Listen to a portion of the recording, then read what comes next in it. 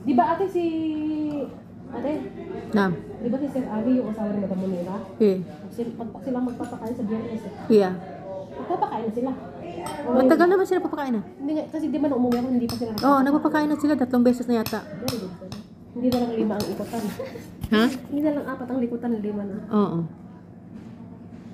Matagal pa sa'yo. Pangalawa pa lang sa'yo eh. Ayan. Alala ko. Ah. Tapos sabi ko, hindi naman ito merkado. Hindi naman kami merkado dito. Hinanap nila.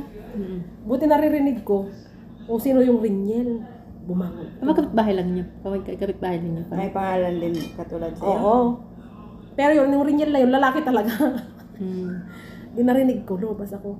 May kilala ka bang Riniel Mercado? Ay, ako po yun. Hindi kasi may parcel ka, diniliver dun sa bahay. Sabi, kapangalan mo kasi yung apo ko. Sabi.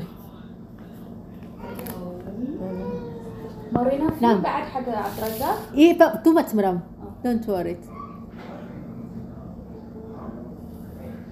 Ayan. Okay. Sikat 1. Tapos, kuwan ko si Riniel. Chicken. Tapos, ilagay lang dito. 1 spoon lang, Day. Oh, ate, Ito? tatsahin mo lang. Kasi ako tinatansya ko. Kasi pag Kansya lang daw, Day. puno, Ganito lang. bibitak makaka- siya. Puputok Yan. siya. Pag masyadong ano.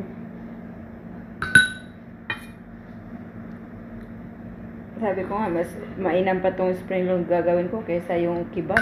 Ang Tapos, matrabaho yun. Nangangalay kaya yung dito ko. Matrabaho yun.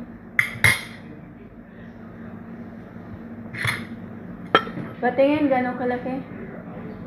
Payat sa'yo na mahaba. Mahilig talaga ako sa payat. Ay, Ren. Ayan, pareho ko lang kami, konti lang mataas. Kay sample.